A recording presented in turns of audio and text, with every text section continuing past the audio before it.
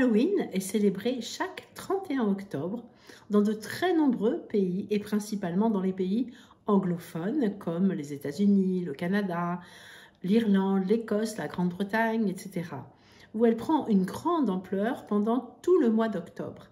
À partir de la fin septembre, les Américains, par exemple, entament la décoration de leurs résidences, des espaces publics, des restaurants, des hôtels et des commerces. Des squelettes et des masques ornent les vitrines, les toiles d'araignées envahissent les étalages, tandis que des annonces publicitaires, à la fois humoristiques et sinistres, se multiplient à chaque coin de rue. Les propriétaires de maisons et d'appartements rivalisent d'ingéniosité pour offrir aux passants un spectacle mémorable. Depuis 1992, alors que cette journée n'était absolument pas célébrée en France, notre lycée international Montessori Athéna étant un établissement bilingue anglais-français, accueillant de nombreux étrangers, principalement des pays anglophones, nous proposions à nos élèves de décorer les classes et l'école une semaine ou deux avant les congés de la Toussaint, et la veille des vacances de passer une journée déguisée à faire des jeux sur ce thème. Les plus âgés organisent une pièce hantée pour les plus jeunes, sans qu'ils aient peur bien sûr, et les élèves passent de classe en classe en disant le traditionnel trick or treat et ils reçoivent des bonbons. Des repas communs sont organisés dans tout l'établissement avec des plats et une déclaration sur le thème d'Halloween. C'est depuis toujours la journée préférée de nos élèves. Le 31 octobre, tombant pendant les vacances scolaires, je me suis dit qu'il était intéressant de vous proposer un épisode sur cette fête qui plaît tant aux enfants, vous permettant de la célébrer tant en famille avec vos enfants qu'en classe au retour des congés. Revenons sur l'origine d'Halloween. C'était un ancien festival celtique Samhain pour fêter le début de l'hiver. Les Celtes pensaient que durant la nuit du 31 octobre, la frontière entre la vie et la mort s'amenuisait et que les esprits des défunts revenaient sur terre. Pour ne pas être reconnus par de mauvais esprits, les Celtes se déguisaient dans l'espoir d'être pris eux-mêmes pour des fantômes. Halloween gagne chaque année en popularité et les enfants adorent les déguisements, le décor fantomatique et tout ce qui va avec cette fête. Si l'anniversaire de votre enfant tombe en octobre, Halloween constitue un thème de choix avec des possibilités créatives infinies. Vous pouvez bien sûr effectuer le traditionnel trick or treat dans la rue en faisant du porte-à-porte en quête de friandises. De nos jours, les choses sont souvent bien organisées et les personnes qui sont prêtes à ouvrir leurs portes aux enfants mettent un signe à l'extérieur. Je vais également vous partager quelques idées de travaux manuels, de repas, de sorties, de films, de livres, de jeux, etc. avec un peu d'imagination. D'ailleurs, la plupart des jeux existants s'adapteront à merveille à ce thème. En effet, pourquoi ne pas piquer une verrue sur un visage de sorcière plutôt que la queue sur le derrière de l'âne? C'est un bon moment pour proposer des bricolages. Par exemple, vous pouvez réaliser un monstre de récupération avec des cartons d'emballage d'alimentaire, des prospectus, des anciens journaux, des magazines, des bouchons de bouteilles, de la colle et des ciseaux. Et en avant la créativité, découper, arracher, coller, peigner pour faire un monstre d'Halloween de récupération aussi effrayant qu'amusant. À l'origine, les Irlandais creusaient un navet en sculptant un visage. La citrouille a pris la place du navet grâce à la communauté irlandaise qui a échangé ses légumes contre des courges plus abondantes et plus faciles à sculpter. C'est ainsi qu'est née la tradition de la citrouille d'Halloween. Vous pouvez décider de faire la traditionnelle activité de découpe de la citrouille qui consiste à la vider, puis à découper les yeux, un nez et une bouche et placer une bougie à l'intérieur. Si cela vous semble compliqué, vous pouvez simplement prévoir de multiples petites choses à coller sur la citrouille comme des paillettes, de la peinture et la décorer comme bon vous semble. Vous pouvez aussi choisir de fabriquer un costume de récupération et un maquillage homemade. Plutôt qu'acheter un costume, pourquoi ne pas chercher parmi les trésors de vos penderies? Proposez à toute la maison un concours de déguisement le plus original avec ce que l'on a dans nos armoires. En utilisant ce que l'on a chez soi, on peut réaliser aussi un maquillage finalisant le personnage imaginé. Pour la décoration de la maison, vous pouvez fabriquer des photophores en utilisant des bocaux en verre de récupération que vous peignez avec de la peinture pour verre. Une fois la peinture sèche, vous dessinez au Posca un visage effrayant et le tour est joué. Vous pourrez poser à l'intérieur soit une bougie classique, soit une bougie ou une guirlande LED. Pourquoi ne pas vous balader avec lors de votre chasse au trésor dans le quartier? Je vous propose aussi de fabriquer un squelette en coton-tige. Sur une feuille de consson noir, vous collez des cotons-tiges en forme de squelette. Cela peut être une chouette opportunité de donner à votre enfant le nom de nos os principaux. Enfin, vous dessinez, découpez et collez un crâne. Pour des petits fantômes, c'est très simple. Profitez d'une promenade automnale pour ramasser de jolies feuilles.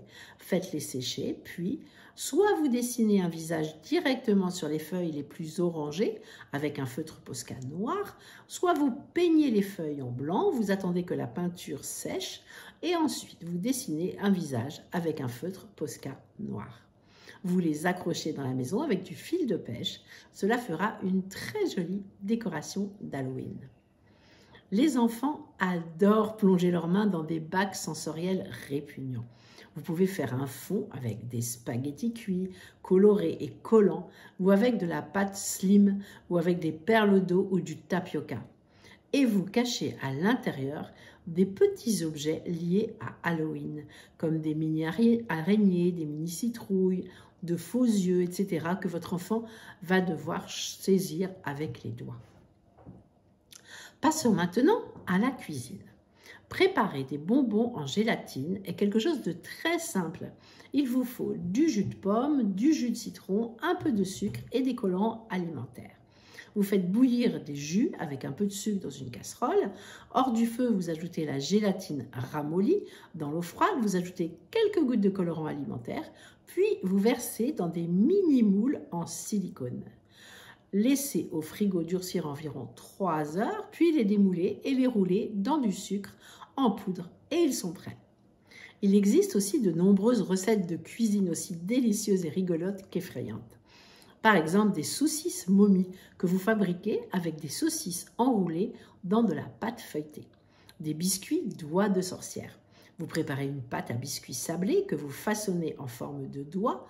Vous ajoutez une amande pour l'ongle, puis vous faites cuire. À la sortie du four, vous ajoutez un glaçage vert. Des meringues fantômes.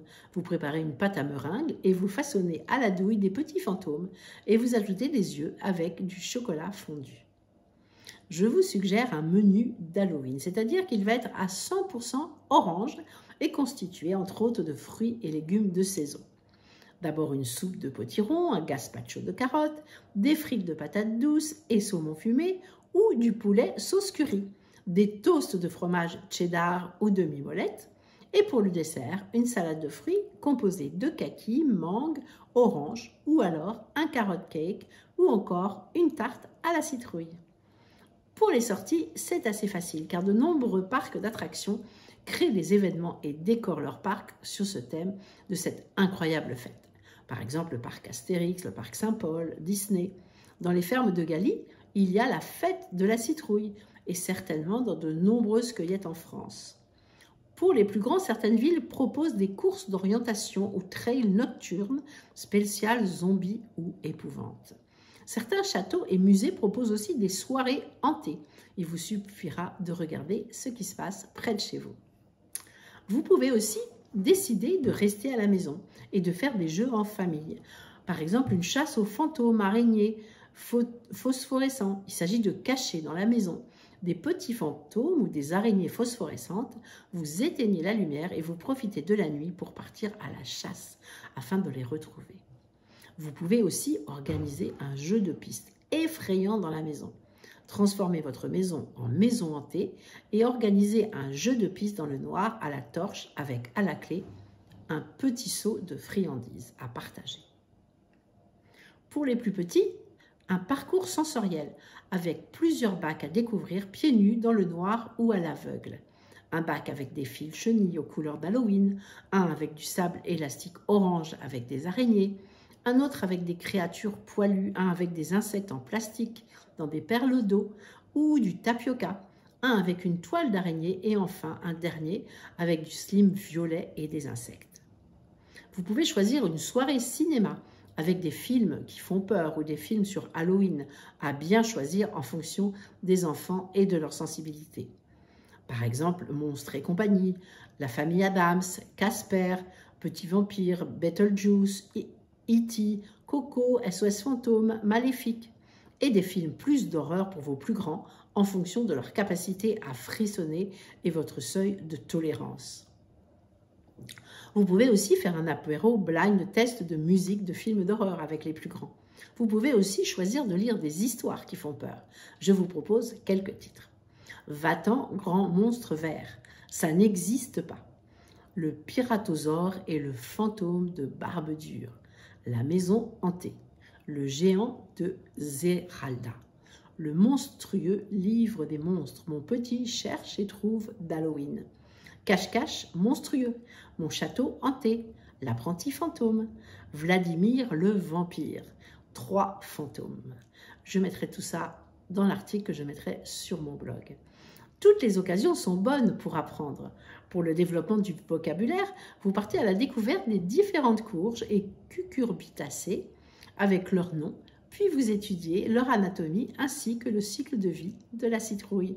Un peu de culture en partant à la découverte de la tradition d'Halloween dans le monde et comment elle est célébrée. En sciences, vous allez à la découverte des modes de vie des animaux nocturnes, comme le hibou, la chauve-souris. En anatomie, comme on l'a dit, vous pouvez en profiter pour découvrir le nom des os du squelette. En littérature, et pour les plus grands, faites des recherches sur les meurtriers célèbres ou sur des légendes effrayantes. Les souvenirs créés lors des célébrations d'Halloween peuvent rester gravés dans l'esprit des enfants et devenir des moments spéciaux à chérir à l'avenir. En fin de compte, Halloween est une fête qui permet aux enfants de s'amuser, de socialiser, d'apprendre et de créer des souvenirs positifs, ce qui en fait une tradition appréciée de nombreuses familles. Je vous souhaite donc une très joyeuse fête d'Halloween ainsi que de belles vacances de la Toussaint. Je serai ravie de vous retrouver le mardi 7 novembre pour un nouvel épisode sur le thème des abonnements sous forme de box.